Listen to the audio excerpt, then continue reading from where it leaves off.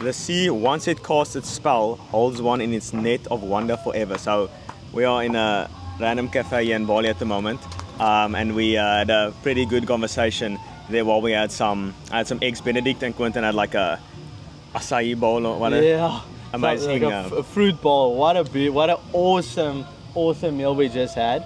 And we actually decided to do sort of like this, like a traveling type of podcast. Like we want to do one of that. Yeah, like jump around. So this is episode 6, by the way. We're going to be doing about a 6-minute segment. Every time we go out, we get like a thought from the universe. And the conversation we actually had right now was about... so basically when people are spending money, they're always like, you can almost also relate to this. Like when you're spending money, it's like you have this hesitancy. It's like it's like this blocking energy where it's like you can't let it.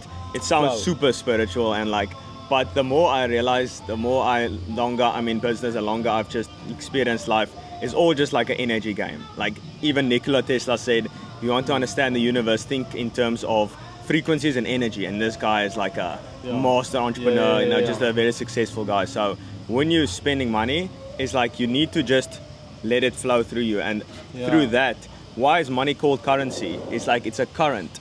Money is a currency, it's a current, it needs to flow. So when you block the flow, it's like new money can't come in. All right, so that's very important.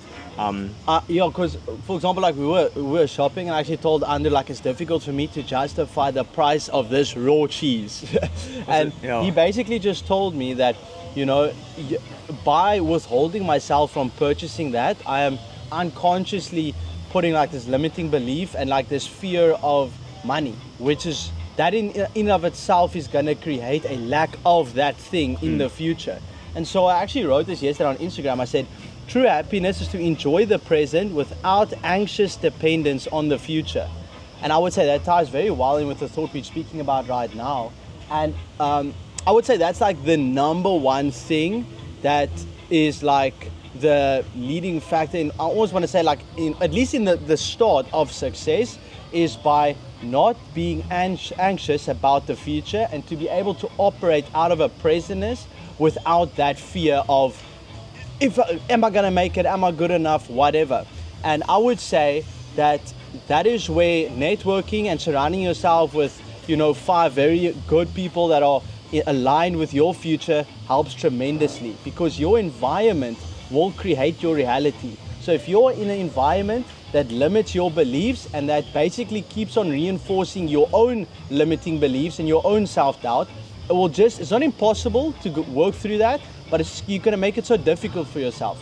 That's why Andro and I went to Greece to do that networking event, or why, for example, Andro goes to a lot of networking events in Cape Town with dinners and stuff like that, is to be around the money, around that mindset of success. And like when people are spending like $100 on dinner and you are also at that dinner, like you're not going to say, oh, I'm not going to spend it. Like you also have to spend that money. Like you also have to, accommodate everyone. You have to split the bill. Like even though you literally just had a coffee, like everyone splits the bill and you have to pay like, $100, whatever, like that's like 2,000 Rand. So you just have to pay that, and when you constantly have to do that, it's like you either go back into your comfort zone and feel like, okay, I'm not going to do this, or you adapt. It's like when you expose yourself to new environments, you have to either adapt or go back. But it's like, it's very difficult to go back because you're just going to look like a bitch, honestly. Like you're just going to be like that guy who just never made it, and you don't want to be him. So you have to adapt, and by adapting, you obviously make more money. And I would say, especially like you might be sitting there now and be thinking like from like operating out of a place of your own paradigm or with the job you currently have, it's like, no, but are you crazy? 2,000 Rand on a dinner or 1,000 Rand on a dinner is a lot of money. It's like, it is. I mean, it's not no money. It's obviously a good amount of money. When I said that, it felt like no money to me.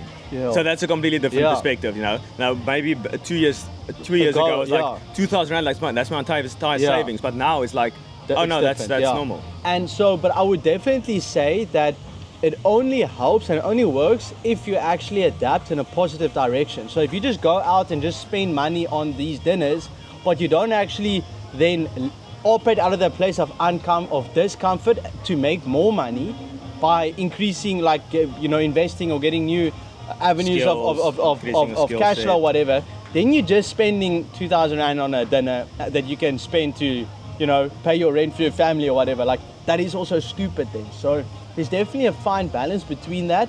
But I think the moral of the story here is to not let your environment dictate your own beliefs and to reinforce negative ones. I'm a firm believer in, I don't believe in anything that holds me back or that influences me negatively or that doesn't benefit me. At least I try to. I'm obviously also only human, and that's why I try and sort of surround myself with people that make that easier for me. Because your reality is created by the collective beliefs and consciousness of the people around you. So if you live in a place where everyone is overweight and no one makes money, your reality and the way you see the world will be a poor, like obese reality, and you'll just see that, and everything that you will be attracted by or that will be attracted to you will be that. But if you surround yourself with people that's wealthy, that let cash flow, that looks good, that's tanned, we in Bali here, everyone is healthy. We are healthy. Like this is just, we are this now. Like you understand what I'm saying? Like you adapt to your environment, and the environment is created by the beliefs of the people in that environment. But not also like always, like we didn't just become healthy and tan when we landed in Bali. So even though we are, that's just the type of people who are surrounded. But it makes it easier. There. It makes it easier. To what? To be able to be tan and fit here. If you were in an environment that does not promote health, you can still be healthy.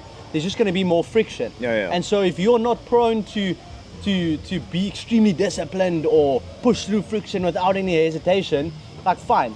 Like then you might do it. If you can just bulldoze through anything, fair enough. But not everyone is like that. But I think at the start you have to be. Yeah, because like that's a skill set you have to develop at the start. 100%. Because it's all the same. Like we all experience the same problems. Like you are in an environment you don't want to be in, and everyone makes it difficult. But you have to. At the start, it's especially difficult because it's like you are pushing a square block. It's like boom. But over time, it becomes like the circle or sphere. So it's easier. The momentum is already built. But at the start, when it's difficult environment, no one's motivated, no one's disciplined. Like you are the only person. People look weird at you if you're disciplined and eat healthy. But if you can just push through that, the start is the most difficult. Yeah. And then when you can just push through that, it's pretty easy. A year or two in. Yeah. So that's the first thought. We'll probably see you guys on the next snippet in a few seconds. Oh yeah, literally in a few seconds. All right. Good. All right, so the second segment, we are in a different location right now. We're a bit more in a gourmet market. Yeah, like a gourmet type of market, more inland, not close to the beach. And I think the topic we want to discuss now is we were walking without shirts on. As always, it's sort of like it's like almost like you can basically say we're basically being loyal to our calling, okay? And we wanted to come into the shop, obviously, and they said we need a shirt. So we went across first the off, street. we wanted to go to another coffee shop, but then we saw this gourmet market. We're we definitely need to check it out. And then when we walked in, the security guard was like, "Yo, you need shirts." I'm like, "Oh my word!" So across the street is like just a normal shop, and we both got these. Yeah, these shirts. Like I'm quite picky with like clothing, but it's like just like one thing. Like if you just submit to your calling or just to the universe or whatever, like. Things just happen for you that would not necessarily usually happen. Sure. All right. Okay, thank you. Okay, so this was first. I just finish our story. So, going into the shop, like I'm very picky with clothing, and we got like these organic cotton made in Bali clothing. Like, just look at this shirt, and it's like for 100 rand. Like what's that? $120. 120. Yeah. What's that in dollars? Like $8. Like $8. Like sick. Like really nice. And that just shows you like just submitting to like what you believe to be true and purposeful. Like things will just happen for you and fall into place if you operate on the right frequency. But I think let's show them what we got here. So there's a pan chocolate. We got an almond croissant. And I got myself ham and cheese croissant. And we're waiting for our coffee. It's hot as well. I got a macchiato. That is basically a double espresso with a little bit of steamed milk. It's supposed to be a single espresso because a cortado is a double espresso, but whatever.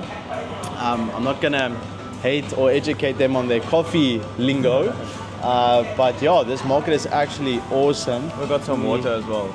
Oh, thank you so much. So I think to tie that in with whatever you're doing at the moment, like let's say you have a plan, right? You have a goal that you want to get to. Like our goal was to get to the coffee shop, right? It was like probably 200 meters away from here. Okay, that was our goal. But like we just saw something along the road. We were like, okay, this is kind of cool. Let's check it out. So maybe on your journey, you have your main goal, you have a North Star, but like something presents itself like an opportunity. But you shouldn't be so blindsided by like just going for the goal. Oh no, there might be like $1 million opportunities coming to you, but you're just like, oh no, I want to focus on the goal. So maybe the opportunity that's maybe a distraction, but you should just look at it. Maybe just have a peek, and then it might be even better than the main goal you were initially going for. I would even add to that and say that, like, in a different frame or perspective, like, even if you don't know what your goal is or what you want to do, like, is that water? Stay away, bro. Stay away. Trying to poison us. But even if you don't know what is your goal or what you want to achieve or your purpose or whatever, by just setting something, just have a North Star and progress towards something along the way, like this market and this shirt, you will find something that you like, even if it is just eliminating everything you don't like. And then you become or you get closer to a goal. But just giving, like, if you don't know what your goal is, your purpose, and then just not setting one, like, you have zero chance of finding it. But by setting a goal, it can be like for example, like me, I didn't know what I wanted to do with my life, so I just went into real estate, and by doing that, along the way, I sort of found my passion. But if I didn't set that initial thing, like, I wouldn't have found it. I would have just been static. And a lot of people say that, I'm like, I classify myself as extremely lucky, but like a lot of people are like, oh no, luck never finds me. But like, you're not putting yourself out there where luck can find you. It's not like you're not lucky, it's because you're just sitting in your room doing nothing. So like, no luck can find you. So that's the reason people and you want to set a goal, is because you are just putting yourself out there, and then luck can find you just on the path, on the hero's journey, on the path. I agree. Like Gary Player, probably argue one of the best golf players of all time, South African guy. He basically said a very cliche quote: the more I practice, the luckier I get. And that's 100% what it is. I'm a firm believer that you attract the frequency or things on the similar frequency that you are on. And I 100% believe that. So and even like on the surface, it might not look like the same frequency stuff. It's like this. Let's take it back to the thing we were doing right now. We were going to a coffee shop. Like, that was our frequency, if you want to call it that. But like, something else presented itself. You're like, oh no, that's not the same frequency. But it can look from the outside like negative or something or whatever. But if you just look into it, it's like, oh wow, this is something that I never expected. And so this is actually a beautiful moment that originated from actually something of a hindrance of, like, the security guard saying, "Oh no, we can't come in." And also, but now, beautiful moment. Got like, the shirt. I prefer me having this shirt now, and then coming to this place. Like, we would have never been in this place if we continued by to our initial goal. But also, like, when we were walking, it was not the most nicest walk not at scenic all. Like, at all. We were, it was kind of like a rest day today, so we just wanted to walk and basically just like an active recovery day, out in the sun, all that. And the walk wasn't as scenic, wasn't as nice. Like, we were hoping for like some nice shops and all that. So we didn't see that at all. But like, when you just continue walking, it's like, oh wow, there's this nice thing. Let's go there. So it's the same thing with like, this is more tangible. But like, let's say you are, running a business, you're doing health stuff, anything along those lines. If you just continue walking and not quit, like, something will present itself, and you just need to act on that opportunity. And that's the only thing. 100%. And even if you look at, for example, like, let's take, for example, like your physique. Like, let's say you're just starting out in the gym, and like, you're very moodalous, or like, you don't have a lot of hope left, and like, you've been doing it for like 6 months, and you're like not seeing a lot of results, and you see all these guys on Instagram looking jacked, that's probably all on gear. With like a fake persona or whatever, but like, you see all these guys and you just can't relate to them at all, and you think your genetics is bad or whatever.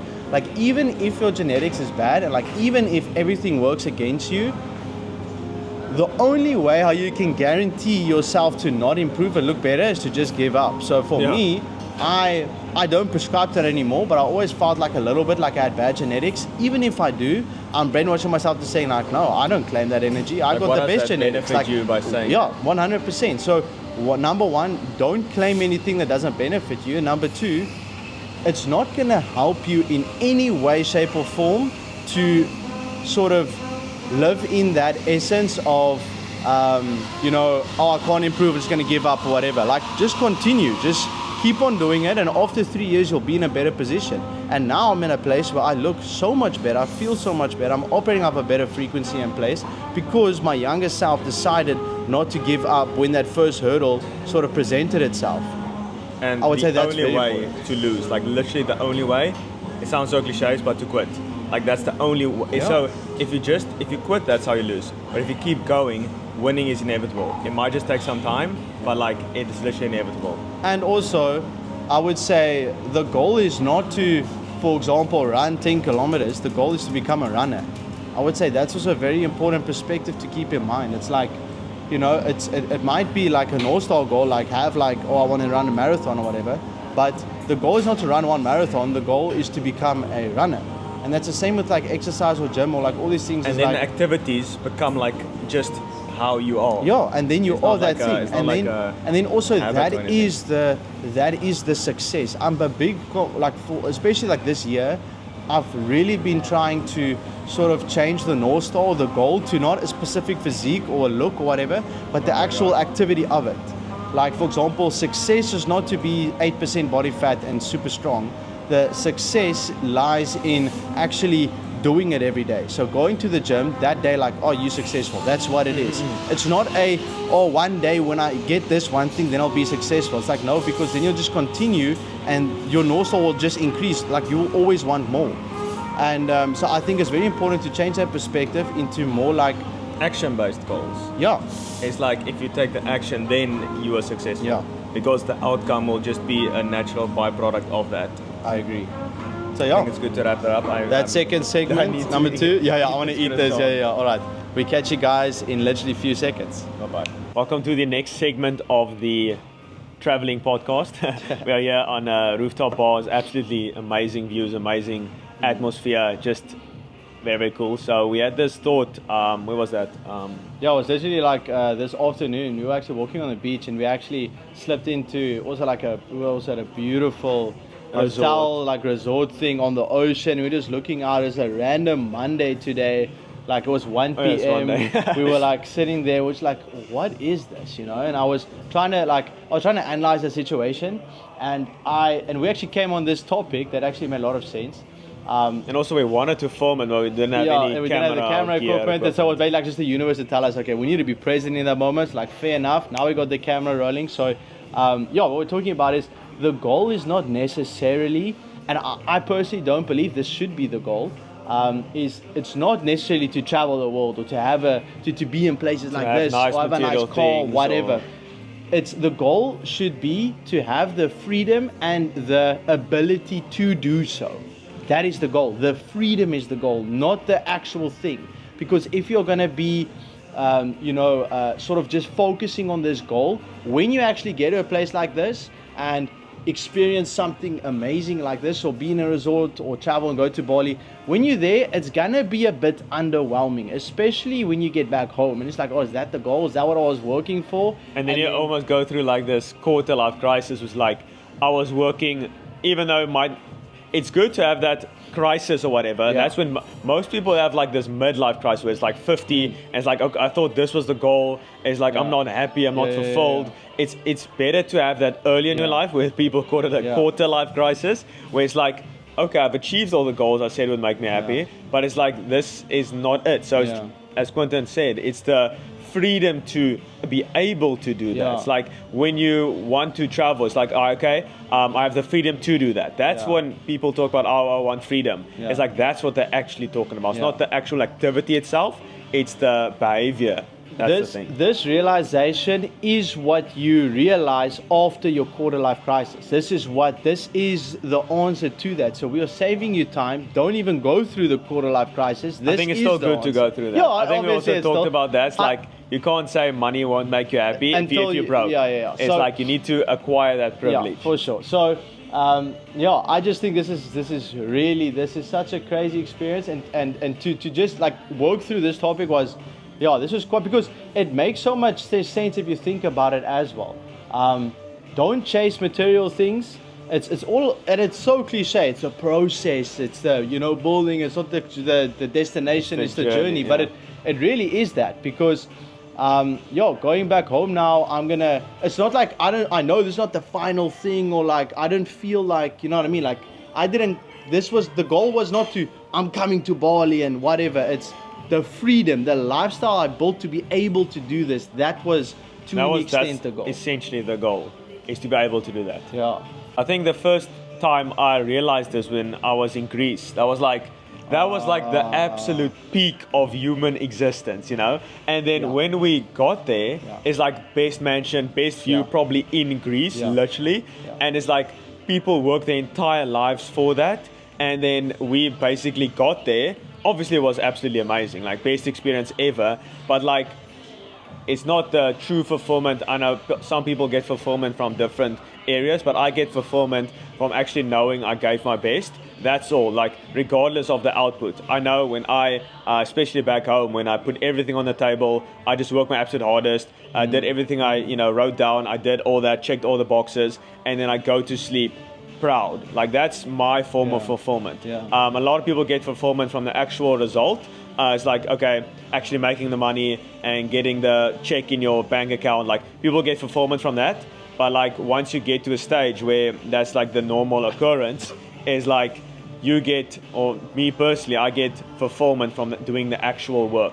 I think that's a lot of successful entrepreneurs, they also get to that stage. Like Alex Somosi, for example, like he just gets fulfillment. Like he's the work guy. He's like, do the work. He's like that type of guy. He just gets fulfillment from doing the work and not the actual outcome of the work. I think in an ideal world, it's ideal to just focus, like the craft should be like the reward. Like mastery. It's like, it's just mastery. It's just to create art. Like that's basically what it is. Like you'll see a lot of these like young entrepreneurs where they're like, when you get the money sorted, then you'll see like most, like for example, like let's say Hamza, like what did he put in his story? Like you actually mentioned that earlier. He's creating art. Like he's doing what he loves, and he's doing that not for money anymore. Like he's doing it because he wants to. Like that is what it is. When you have the money and like the sort of like the freedom, then what do you do then? What is that thing? What is that thing that you do? I think that's a good thing to meditate on as well. Is to ask yourself, like, what would you be focusing on? Like, it's that question of like, if $1 billion gets deposited in your bank account right now, like, what would you be doing with your day? It's like, would you still be doing the same thing? But also, it's the same what I mentioned, where you can't say, oh, money won't make me happy if you haven't achieved that. That's really big, because you really have to experience it for yourself. Like, we can say that to you, but if you haven't really experienced it, it's like you need to experience it. So that's the entire goal of whatever we do with the health and the finance and all that. We want to get you to that stage, and then you realize yourself, it's like, okay, this is not actually what it's all to be. It's all nice and all, but like that's not the main goal. So we can tell you that and keep it at the back of your mind, but it's like the work is the goal, the journey. But also, without a destination, there's no journey. You know, so like you need to set a goal, you need to set a destination. Otherwise, you won't even have a journey in the first place. Yeah, I agree. Yeah, I think it's good. Cool. We'll see you guys in a few seconds in a different spot. Probably a coffee shop or something. All right. Okay. Cheers. All right. We are back with another segment. We are currently eating dinner, or actually I already ate. Andro's busy with dessert. He's got like a smoothie bowl going on here. It's not dessert, it's more like a healthy alternative. A healthy alternative, yeah. And we are on a beach, and this place is actually amazing. Let me actually just quickly show you guys. Just look at this. Like that's what we're working with. But anyways, so the segment we want to be speaking about now is it's actually something that Alex Somosi said. He said that, like, you have the quote? It's on my phone, but we're using it as a flash now. Is it on Instagram? Yeah, Alex Somosi. It's like a tweet one. Yeah, there you go. Okay, you can read it. So it's a reel or a tweet from Alex Somosi. Said, controversial take, you can really solve a lot of male problems by getting in shape and making money. You still have problems, but they're just smaller and you have more resources to handle them. So essentially, like your first, he also said he had a collab with what was it, with Chris Bumstead, which is like a legendary collab, and he's told Chris, like, you know, when you're like 18 to 26, you need to get in shape. It's like the number one thing you need to do. It's like the foundation of what we talk about a lot. We need to get the foundation straight. Like health is the foundation. If you have that, like, I don't care what people say, like when you have an insane physique, like we experience that a lot when the places we go to, like the Bamboo Cafe, like when someone has an insane physique, like it's just instant respect, like instantly, because 100%. You know exactly what he had to go through to actually achieve that physique. It's like, wow, he had to put in all that effort, sleep was probably dialed in, diet was dialed in, workouts were dialed in, and that takes a lot of discipline and effort. So it's instant respect, and that respect helps a lot in the business sense as well. For sure. I think you can't fake a good physique, essentially, you know, because that, like Andro just said now, that is an extension, and that shows your hard work, your discipline, what type of man you are. Like if you're walking around essentially overweight and unhealthy, like even though that, like, that is also just bad for business as well, like your focus, your energy, like you don't know what you don't know, essentially. So if you were never in good health, like operating out of a place of like unhealthy, like that might seem normal and fine, but as soon as you actually get into good shape, it's almost impossible to go back. But in any case, if you're in good shape, like Andro just said, you carry yourself differently because you feel more you have more confident. Respect for yourself, because you know, like, you had to push through things you didn't want to, and that builds respect. But secondly, other people have more respect for you as well. Unconsciously, they treat you differently. Like when we were like sitting in the cafe now, like we're always in Bali, people here are so much more health conscious. They look healthier, they just look better. Like it's what it is. And when like a really jacked guy, like a fit woman, like walks in the cafe, like you can just feel like that presence or aura, whatever you want to call it, like it's different. And it's because they respect themselves different, like more, so they walk differently with like a different respect, like they actually look you in the eyes, and other people respect them more because of like their physique, and they know like the hard work that they had to put in. And obviously with the money side of things, like 100% without a doubt, like I fully believe, like if you just look at for example like a male role, like if 80-20, if you just don't drink alcohol and make money, like you are solving almost all your problems, especially when it comes to like relationships. Like just make good money to take care of your family and be in good, like be healthy. Like you don't need any, like everything else you can solve with the resources you buy with the money, and your health prevents you from getting into problems that you can't solve. Did you know like 90% of divorces, you know what the main problem or the causation of that is? No? It's finance. 90% of divorces because of finance related topics. So if you want to, you know, increase your chances of marriage, you know, being long term, you know, you need to get your money up. And back to the fat guy, you know, that we can't trust. It's like he can't even trust himself to drive by McDonald's and not go through the drive-through and order like a Big Mac and donuts. So like, why on earth would I trust you with all my money? It's like that just, and you don't consciously think that. So when I say that, it's like, okay, oh, that's actually how it works. But subconsciously, that's what you think. It's because you can't even trust himself to not eat more calories than his body needs. So like, why on earth would I trust you with all my money?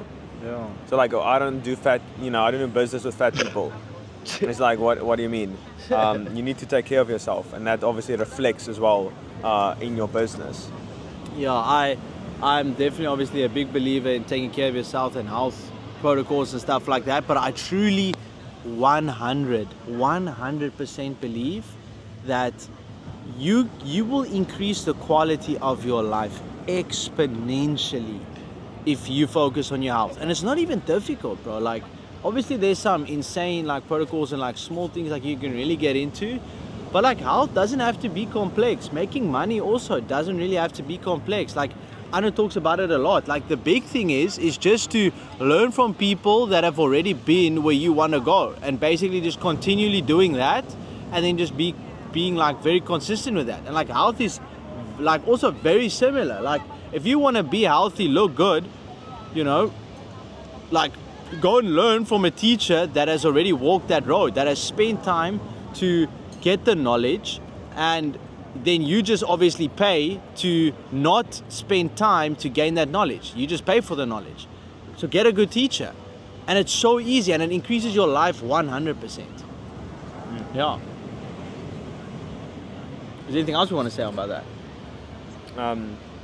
Go back to the Alex Hormozi quote where he said, most of your problems can be solved by just getting in shape and making money. It's like a lot of people when they face a problem, it's like, oh, the world's going to end. Well, like, I think Alex Hormozi, one of his reels, is he was angry of some problem that happened in his business, and he literally just went to the gym, and like that solved 90% of the problem. So like, just get in shape. You're able to think straight when you're healthy as well. You're not all over the place. Your emotions are regulated. It's not up and down like crazy. You're not depressed one day and happy the other. It's like more stable, which is obviously a byproduct of a good, healthy mindset. And also, when you use that, you can make a lot of money, because in business, like, you can't. There's gonna some shit's gonna happen. Like, some shit's gonna hit the fan, and you can't be this like emotional up and down. Like, you need to be extremely stoic at some times. That's obviously when it comes to relationships, like, you need to be the complete opposite. No one likes like the stoic guy that just like sits at the back of the party and just like looks at everyone like no emotion. So you need to. It's difficult to switch sometimes, but like that business demands that, especially at the start when you're a bit more emotional about your current situation. I would definitely say everyone should go and read The Way of the Superior Man. I talk about that a lot, Andro as well. It's a book I reference back a lot, but just because like Andro spoke a lot about like the masculine essence of like being stoic, and then how you also need to be able to tap into the polar opposite of that, a bit more feminine. You have to be able to be more emotional sometimes, and to switch between that is quite difficult sometimes. So if you want to learn about that, go read that book. Highly recommend it. The author is David Data. But I think we're gonna cut it there. We'll probably see you guys in a little bit. Let Andro enjoy his smoothie bowl, and I'll check you guys in the next one. Cheers. Cool. We prefer to see winners as naturally talented rather than hardworking, because if it were reversed, then what would that imply about us? I think that's a very good segment. I saw this tweet from Naval. I think who said this? Yeah, it was Ty Lopez who said that Naval is probably one of the wisest people he's ever come across. He's like the modern day wisdom guy, like he's the modern day philosopher. And, he also has a book, The Almanac of Naval Ravikant. Extremely good book. I highly suggest you read that. But just to get back to the tweet, we prefer to see winners or people succeeding in life as naturally talented, because that gives like a barrier for you not to try. It's like, okay, you see he's a winner, okay, he's just born with it, genetics, I'm not gonna try. But like, if it's just, rather than hard working, because if it's hard work that got them there, then you can get there as well. So you're almost justifying the case that you can't do it because you don't want to put in the hard work. I think we are more afraid of our own potential than anything else, because then it just means that if you know you have the potential to be great and you are not, then that just means that it's a lack of hard work and determination, or whatever it is on your end that you did not execute, and then it means it's your fault. And I think that's also exactly what Naval is trying to say here, is that especially when, let's for example, if you walk into the gym and you see someone jacked, much bigger than you, whatever, instantly we think, steroids or good genetics or whatever. Like, I fall prone to that a lot. But no, like genetics definitely play a role. No, 100%. But I would even say that's an ill mindset to try and live in, because even if he has better genetics than you, what is that? Is that going to like stop you now to hit the gym because he's got better genetics than you? Like, that's not the point, It's like you need to battle yourself. But in any case, it's all about like you don't know the hard work that someone put in to get the results that they did. And so, for example, I was we as South Africans talk extremely loud.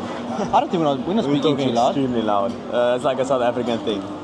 Okay, but I would say, like, for example, if you take, for example, like Alex Hormozi, like, he also speaks a lot about, like, I think he said something that down the line of, a normal person doesn't realize, or a new business owner doesn't realize how much volume you actually need to implement in order to gain success. The thing was like, when you're starting out, people deeply underestimate how much volume it takes to become successful.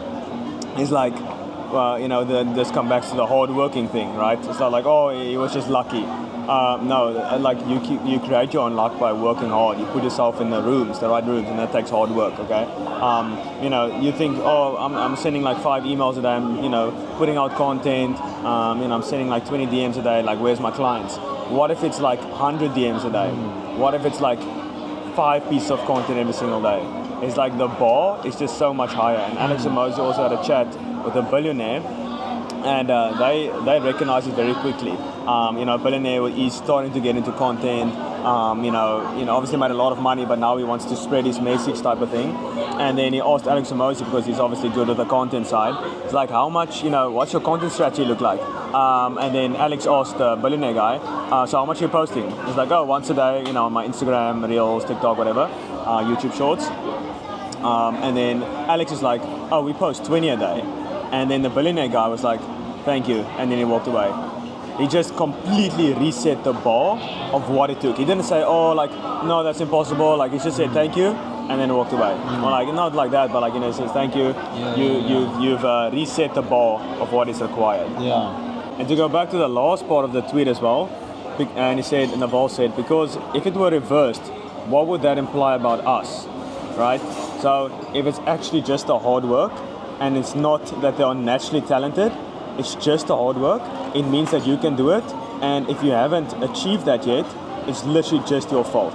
So that implies like total responsibility, and people, that's very hard to accept. I think something to like add on to that as well, especially analyzing the week that we spend in Greece, for example.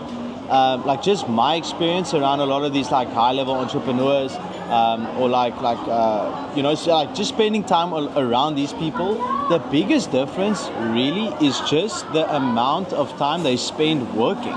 Like if I had to compare that to 2 years ago, like genuinely, like you hear these things about like, oh, you work over the weekends, or like you have your 9 to 5, and off that you work on your business from like 5 to 10 or whatever, and it's literally just that. It's just that simple. It's consistently working more than other people over a longer period of time. That's all it is. So like the biggest thing when I was in Greece, for example, is no matter like what we were doing, like everyone was on business, no matter what. Like it wasn't like, oh, we playing Fortnite for 4 hours and like completely writing that off.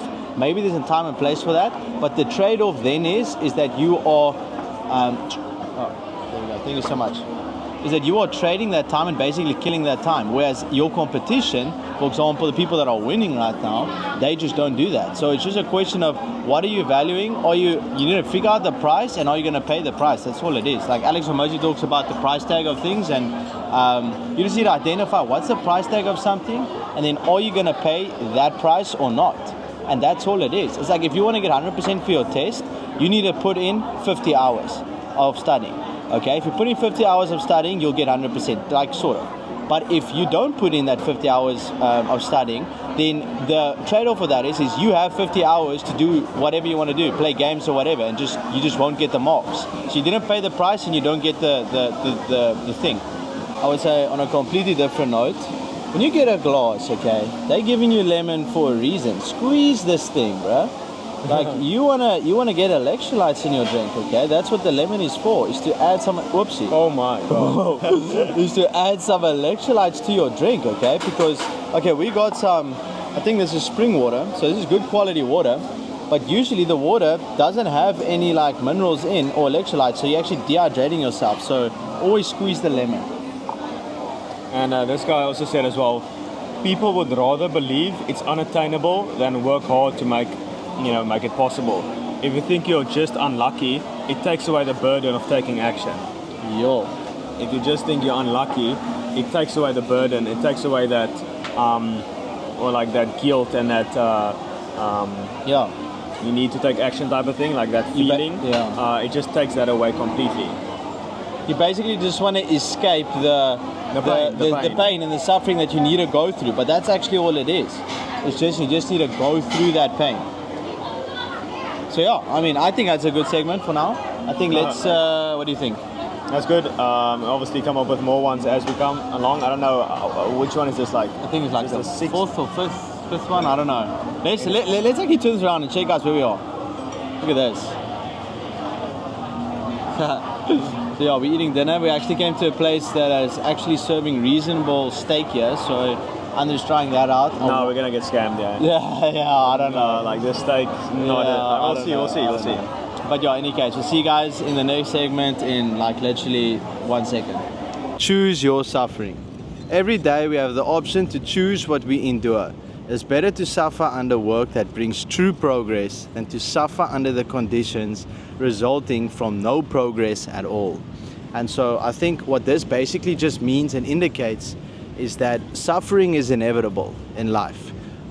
It almost embodies this the symbolic reference of carrying your cross.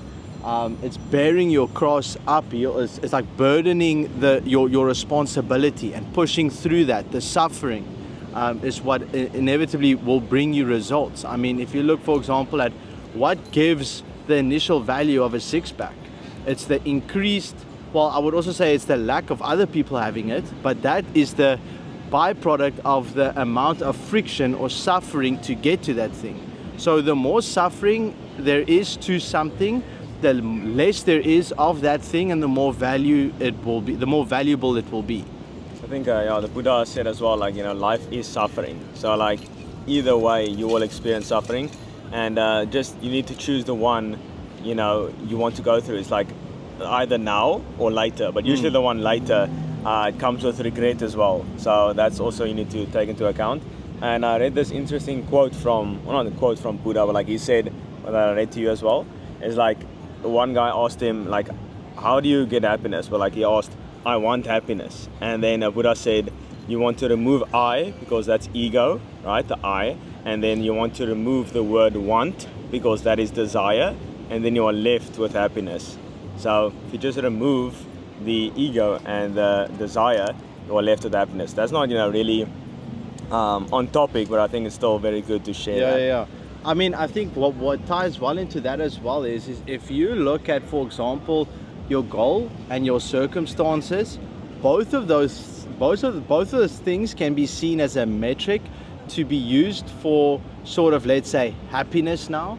So either you bring your circumstances up to your goal, and the amount between those two, the empty space, the less it gets, the more happier you'll be, or you need to bring down your goal to your circumstances. And so either way, you want that space to be as low as possible, and you only do that by either, and that's the benefit of working through the friction or sort of the suffering, because let's say, for example, you bring down your goal to your circumstances. The good thing is you won't go through suffering, because then you're just lowering down the goal and your ambition. No, there's definitely but the byproduct of that is that you don't get whatever the goal is. So then you're just left with whatever you have at the moment, and if whatever you have at the moment is not good or what you want, then you're not going to have any more. Whereas if you actually bring your circumstances to your goal, you're gonna have to work through suffering by obviously putting in the work, but the byproduct of that is that you get whatever the goal is. So that is what you get, and that you can only do that through suffering. And back to the previous one, when you you lower your goal to your circumstances, right? It's like most people, that's just removing desire, and that is extremely difficult. Quinton talked about that as well, like a few minutes ago, before recording. Like, to remove that desire completely from the start is almost impossible, because you have this picture of a better future, and you just say like, oh no, it's not gonna bring me fulfillment. It's like saying money won't make me happy before you even made the money. Like, you can't say that. You have to come to that realization yourself. So the former one, where you just remove the desire completely and just basically stay where you are and be comfortable and happy where you are, because your goal or a better future won't necessarily bring you like fulfillment. That's extremely difficult. So what I would suggest is to work through that, achieve your goal, and then you can come to the realization yourself that the goal was never the goal. It was actually the journey towards the goal that was the actual thing you wanted. This is something that Andro and I have been actually pondering about for quite a while, since even we got in Bali, like literally 2 weeks ago, is, what is better? Like, to just not play the game like Buddha, like Buddha basically answered that guy, from just remove ego and desire, and then you will be left with only happiness. Is that the best way to do it? Like, I mean, is that even possible, number one? Like, how do you just remove desire? Because desire is needed to achieve goals, isn't it? Yeah. Like, how do you achieve the first step in, Think and Grow Rich? Like, desire is number one. Yeah, so you can't achieve a goal without the initial desire. Especially not like, you won't do it sort of effectively, If you look at all these successful guys, like sport, like, entrepreneur, like business, all these guys, they have extreme desire and they are psychotic in their pursuit to this goal.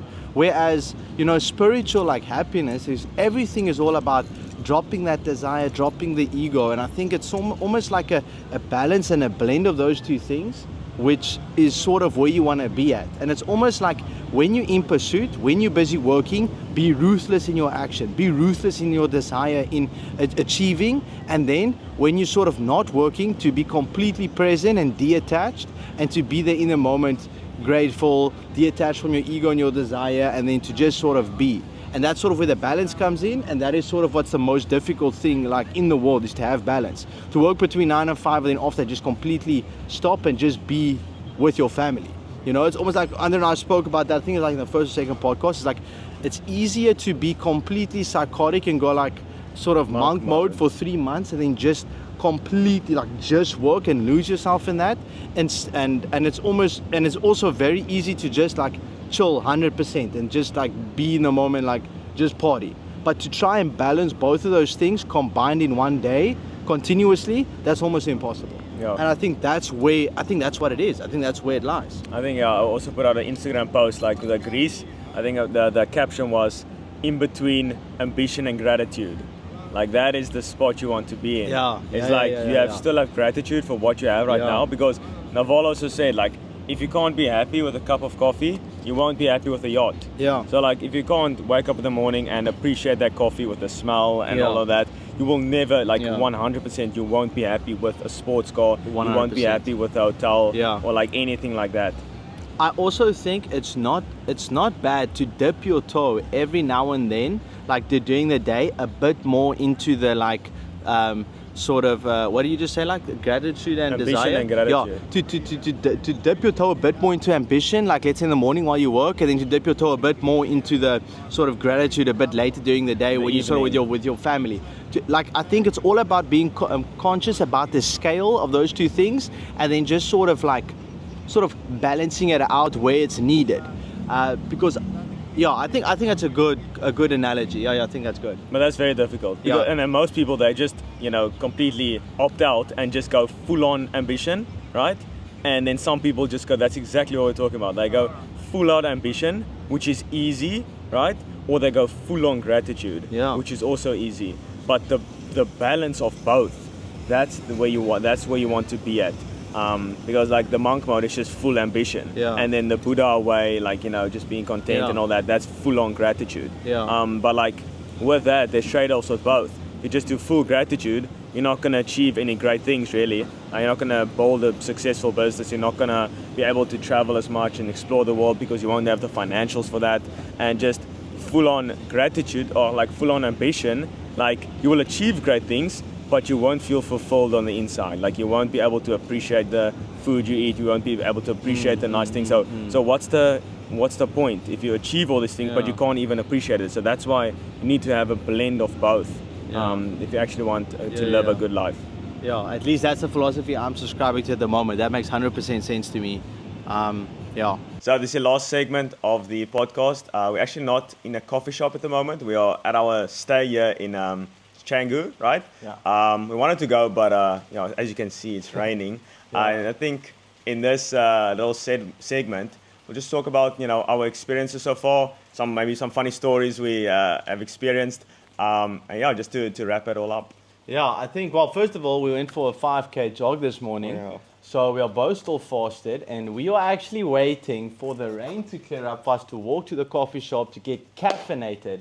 But in any case, I would say Bali is such an amazing place. I truly believe this is somewhere that I would want to come and live for like 3 months of the year, maybe. I don't know. That's something I'm still thinking about. But especially when it's winter in South Africa, I can definitely see myself coming here and chasing the sun. You know, very cliche, but it's so. And this once again comes back to a lot of core fundamentals in life. But if your reality is created by the mental paradigms and the common beliefs of the people around you, and so it's so much easier to be healthy and to live a good life if the people around you are healthy as well.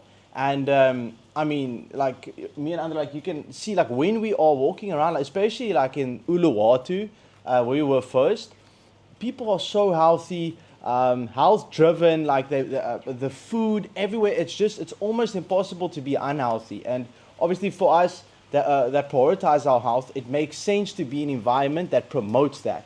I don't think I saw like one fat guy. Like it should be like pretty difficult, like maybe one, but like it's extremely rare. And I haven't been to America, but there's like the complete opposite. So it's just your brain always chooses the path of least resistance, all right? And if the least resistant path is going to the gym and eating healthy, that's what you will do, right? But in America, it's like the complete opposite. So that's why you obviously find that phenomenon there. But yeah, so going back to Uluwatu, like that's a more, relaxing vibe. Very, white beaches, very nice people. Camps Bay of Bali, that's a good way to basically put it for South Africans. And like the Canggu area, our stay before this, so we had 3 places, right? Yeah. Wait. So it was Uluwatu, Seminyak, and then Canggu. Andro actually stayed for like, I'm only here for 18 days. I think Andro was here for a full month. And the first place he stayed at was also in Uluwatu, right? Yeah. So that was a bit more closer to like the central area, like, the nice gym, the beaches, and all that. That's a super nice area. But the one thing I noticed in Bali is like you pay for location. You don't necessarily pay for the stay you're at or like the nice villa or whatever. You pay for where you are surrounded. So obviously I was at the nice gym, so it was pretty expensive there. But yeah, like going back to like the Uluwatu, where I literally stole my phone. Oh no! Yeah. I didn't steal my phone. Did you steal your phone? Wow. Yeah. Wow. A monkey stole my phone. So I was going to the beach, taking off my shoes, just relaxing, whatever, and then I just feel something behind me creep up and run up with my phone. Like the monkey just ran up the tree with my phone, and it was actually very funny because I was like, no, it was like surely this is a joke. Like, he's gonna give it back, right? Like this is just a joke he's doing. But like I could see the phone, he's playing with it, he's scraping it against the floor. I'm like, oh my god, taking off the cover, like, yeah, it was terrible. And then I couldn't Imagine get phone back. you can't even phone your clients and say, sorry, I can't like do the work because a monkey stole my phone. Are you crazy? That is the most ridiculous thing I've ever heard. That is so funny. He actually.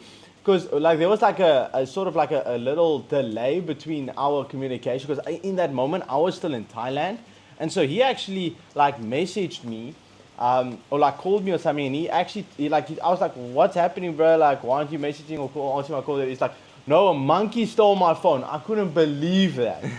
But when at the Apple store, I told him like, yo, monkey stole my phone, and it's like, oh yeah, that's like a regular occurrence. What? There's like a lot of people that come to the Apple store to buy new phones because a monkey stole their phone. Crazy. But yeah, that's one of the crazy things that happened. I also so I've never rode a bike before, and obviously a scooter. And so in Thailand, Thailand as well, but like Bali, everyone here is on scooters, okay? And so when the first day I got the hang of it, I'm like, Andro told me like, no, it's like mandatory. You need to at least fall or crash once. It's like, it needs to happen. I'm like, bro, no, not me. I don't fall. The next day, I'm coming from the beach. I'm going back home to our stay where we're at. And I come around a corner and it was like a bush and like a tree. Like I couldn't see the car. And I literally I skied like on the ground and I like slipped and I stood back up and I was like, okay, like I sort of fell, but like not like I was sort of alright, I got back up, and when I wanted to get my motorbike back up, I like picked it up and I like holded the gas and it was like fucking like wheelied and it like hit a car and it was like so embarrassing, and there was like a girl behind me that was like trying to help me, and I was just like so embarrassed. I was just like, you know, Leave me I'm alone. good. Just leave me alone. Let me just suffer in silence here. So yeah, that was quite embarrassing. But I would definitely say out of all the places we've been so far, obviously you pay a bit more to be in Uluwatu. It's like staying in Camps Bay and, you know, and Durbanville or whatever. Like you're gonna pay a bit more for the area. But I would definitely say Uluwatu is like the best place to be at. Seminyak was not bad. I mean, we also stayed close to the beach there. And we had a gym close to us, but like it Like doesn't right compare to under Bamboo. Yeah, we had a gym like right Yeah. under our stay. But that was just a tough because in like you could hear like someone Seven- like seven- 7 o'clock in the morning as they're like It's just pumping like the weights. You hard just like style. There's like a party going on. yeah, we just downstairs. I just started to sleep. But yeah, I would definitely say like we learn also a lot, especially myself here in Bali. What I like, what I don't like, especially like for future like projects. Being around in like there's no vibes like this in South Africa. And so I think like not to you know spoil a lot of the plans we have ahead, but there's a lot of things that we saw here that we want to implement maybe in South Africa. And there's so much inspiration, like new things that you've never seen, or like it just breaks your mind. Like I remember the first like 2-3 days in Uluwatu, especially like in that like fancier area where we like ate like our smoothie bowls and stuff. Like I was keep on telling Andro, like while I was in the smoothie bowl, I'm like, bruh, this is my dream. I'm so grateful. I can't believe this reality. It's so different compared to South Africa. And yeah, I would definitely say this is heaven for Never sure. experienced anything like this, like whatsoever. Like your Kauai smoothie doesn't compare, like at all. Your free Kauai smoothie after the gym. It's not. smoothie It day. doesn't even compare. But we also like that's the thing now. So when we go back to like the gym and we get our free Kauai smoothie, it's like we're not gonna appreciate it as much because our standard is so much higher of what we like and what we've experienced. Yeah. So when we go back to that, it's like, bro, what is this? I would also say it's like also like coming back to that, it's like obviously now because we actually ate out like 90% of our meals we ate out. So I would say going back to Cape Town, it's going to be very different, you know, because obviously there, I know where all the food is, I know what the quality is, and I can sort of like, you know, I know my butcher and the fruit or whatever, so I'm going to be making a lot of more food as well. So it's going to be interesting to see how that sort of, like how that works again, like which one I'm going to prefer, and sort of spending all that money coming back now. Like, I think I'll be more like gracious with my money as well, you know, because like, I mean, we spend probably like 600-700 rand a day on like eating out, probably like 500-700 rand. Like when I was back in Cape Town, like I would never do that. And We were even reluctant, like me myself, like even if you have the funds to buy a smoothie, it's like 70 rand, it's still like, you're still a bit of reluctance to it, but yeah, it's like your food. You spend like 200, 300, like 500 in a day. So like it's completely different, and I'm kind of fine with doing that. Yeah. But at home, Yeah. I'm a bit more stingy. So I'll Yeah. definitely, I think it's not as good to do that. Like when you want something, buy it. It's also a habit you build up to, you know, it's a lot of people that also look at like the right side of the menu, they look at the price and then they're like, oh, that looks nice. But actually you want to buy the thing that you want, okay? And that will train your brain to not just look at the price and like a scarcity mindset, but more of like, what do I actually want out of life? And it goes much deeper than a menu, okay? It's like, what do you actually want? Not like, what can I get? It's like, what do I actually want? That's like what life is about. It's not what Yeah. not what the price you can afford type of thing. So I definitely also like, I would say like one of the biggest lessons I've learned now in Bali here, especially, is sort of, I definitely know what I want now. I would say that's a very big lesson. I think I've learned a couple of things. I would say going to the last couple of days, like we are on our last stretch, our last villa, 4 nights left. yeah, 4 nights left here, and I would definitely say like I'm definitely more clear on my goal forward and how I would like to live my life at the moment. Like it might change obviously going forward, but for me that prioritizes health. I can see myself wanting to be here at the moment, like obviously because then I would want to bring my girlfriend with, and there's a lot of other factors playing in. Like I'll be able to afford that for myself, but to make that a reality for my girlfriend, maybe like bring family over for vacation, stuff like that. Like I have a new goal now that I need to work towards to be able to finance a life like that. So now I got a new goal, and I'm sort of like, instead of like, oh, like this is maybe just like a week thing every once in a year, whatever, like, no, like I want to come here for 3 months of the year. I want to stay here and I want to eat 3 times a day. I want to eat out with my girlfriend. And I want to pay for all her stuff as well. That's a new goal. So now that is sort of up there, something to work towards. And I think that's always good to like experience these things and to not see it as like, oh, like this is not a life I can live like consistently. Like, don't be afraid to set that up to then be able to chase that, you know, even if you fail in pursuit of that, like, which I fully believe I won't, you're still pursuing that. Like, you can't really fail the goal if you keep on pursuing it over like a long period of time. So yeah, I would say that's a good thing. Read a book, or not a book, but it's like Earl Nightingale, The Stranger's Secret, and he said success is just the progressive realization of an ideal. That is success. Wait. So the progressive realization of an ideal. Oh, that's good. So when you just set the goal, you're already successful. That's what I said on my story as well. You know, you're not successful because you make lots of money. You make lots of money because you're successful. You know, right? So success is like the first thing before the money. Money is a lagging indicator. So if you're just progressively working towards an ideal, a goal, that's you're already successful. The money just needs to come. That's why I always had that belief. If I just do the right actions, and that's where, you know, the guidance comes into play, and learning from people ahead of you, learning from books. It's like, if you know what actions to take, you'll know the money will come because you're already successful by taking those actions. So it's just inevitable. That's what I always knew. Yeah, I think that's good, man. Yeah. I think also spending a lot of time here, especially in nature, I can definitely say like how that has influenced me. Like, I'm obviously like, look how tanned we are. Like, you South Africans are spierwit right now. We are brain right now. Like, we just feels good. It feels amazing being able to wake up and like drink coconut water.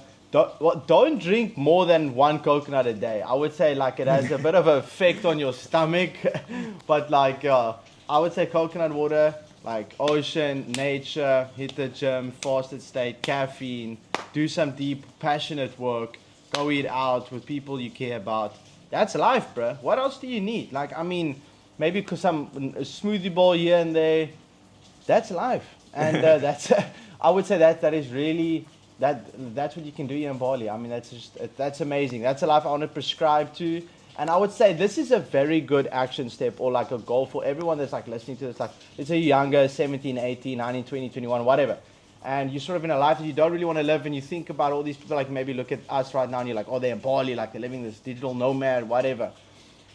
Go and analyze what you want, set that goal, and just work towards it step by step. Like, I mean, I was also not at a position to be able to do this. Think back like a year ago. Like, bro, not even close, you know? And that is definitely a lot to do with working with people like Andro, seeing other people, like a lot of factors. But the point is I had to start with the confidence of setting a unrealistic goal, which is to live a digital nomad lifestyle, you know, work from wherever, and to be able to be healthy and be at the beach for 2 hours a day. That was a goal. And now it's sort of realized. So it is definitely possible, but you first need to take the crazy step to actually set the goal and believe that it's possible, and take small steps to get there. Because it's definitely worth it, and I haven't achieved my goal yet. Like, I definitely need to continue. Well, to an extent, I've achieved all my goals I did like I said last year, but it's always like a progression, you know. Because now the new goal is not to just come here for a month. I want to come here for 3 months and bring my girlfriend with. So it's always more. So you have to also realize when you set a new goal, it's like a projection in the future. It's not real. So the chances of you achieving your goal right now, like your current version of yourself, is 0%. Nothing. There's no chance you'll achieve your goal, you currently. But your future self can.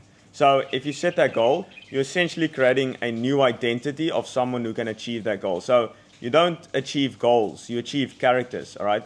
And the goal is just a after effect, a byproduct. So Quinton and I have become the person who can achieve these goals. So that's why the goal is it just happens. So you need to set, like, you don't want to set necessarily like revenue goals, although that's good, it makes it very tangible. You want to set like character traits, you know, what style you have, like even down to the detail, how you talk, how you walk, like all that. And once you embody that character, once you become that character, over time the goal just manifests as like a byproduct. You guys definitely need to do the self-transcender worksheet. It literally it's everything that Andro just said. Do you think we can plug that, or is that? Well, that's part of my mentorship, but we can talk about that later. Okay, well, yeah. Talk to Andro about that. It changed my life. It's basically, yeah. Okay, I don't want to speak too much about that.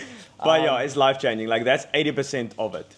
80% of success. Like even Tony Robbins says it, like 80%, and he's literally a billionaire, so he's like the extreme of it. But achieving success is 80% mindset and 20% strategies. So a lot of people focus on the strategies. It's like, what DM system should I use? What email copy? Like all this system-y stuff. Like that's 20%.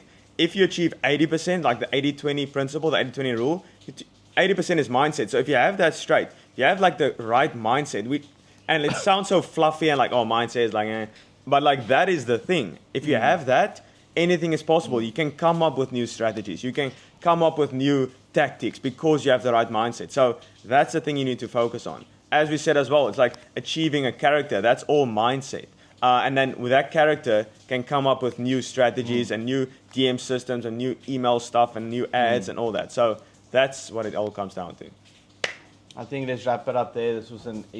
It was a splendid experience to be here and to do all these things. I hope you guys enjoy this sort of like style, like thing that we tried going on here. Like let us know in the comments what you guys think about this. I'm actually excited to see it back. Yeah. All the spots we've been to. Stuff. I think we just walk at the beach or just read a book or something, and we come up with an amazing insight, and we're like, segment time. Yeah. And so literally. So. Yeah, I think let's wrap it up here. At the end, I'll just quickly show you guys just how the spot looks. And then, thanks so much. See you on the next one. Cheers. All right, the rain has stopped. Coffee time. Woo!